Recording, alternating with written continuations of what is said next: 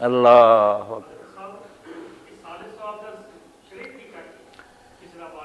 ہاں بیٹا، اس کے لیے ایک ہی طریقہ دعا کیا کریں. ویسے جنازے میں دعا کرتے ہیں، اسی طرح قبر دیکھنے جائیں، اسی طرح اپنی نمازوں میں دعا میں کریں. باقی سارے دھندے کھانے پینے کے چھوڑیں، دعا ہی کافی ہے. اللہ کے خزانے بھرے ہوئے ہیں. یہ کیا میں کہ نہیں کہوں میں نے 2 رکعتیں پڑھی، اللہ اس کا آگے ثواب ہو جا. اللہ کے پاس خود ثواب چھوڑے. دعا کریں اللہ تیرے فضل کے خزانے بھرپور ہیں، میرے ابا جی پر بھی رحم کر دے گا. دعا سے بہتر کوئی شے نہیں. باقی ساری چیزیں جھگڑے کی ہیں، کچھ نہیں فائدہ نہیں.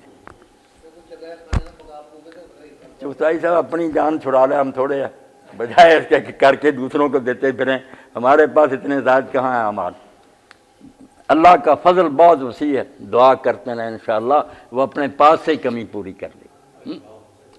دعائیں کریں. دعا تو ایسی پیاری ہے نا کہ اوتاس کا محاصرہ تھا صحیح بخاری کی. اب یہ کٹر جو ہے نا دعا کے بھی منکر ہو جاتے ہیں. نہیں جنازے کے بعد بھائی حدیث پاک ہے کہ وہ محاصرہ تھا وہاں طائف کے پاس ہی.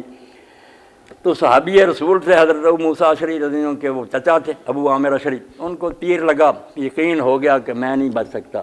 انہوں نے ابو موسیٰ اشعری سے کہا کہ بیٹا حضور تک میرا سلام پہنچانا، اور دعا کا کہنا کہ ابو عامر کہتا تھا کہ میرے لیے دعا فرما دیں.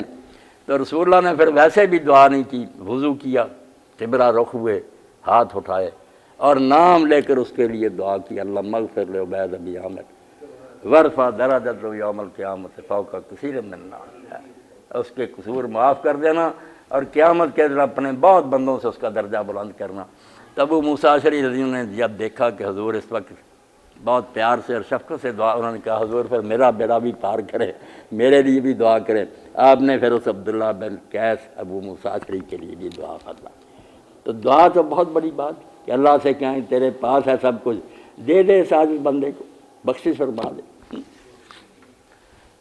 الحمدللہ رب العالمین والصلاۃ والسلام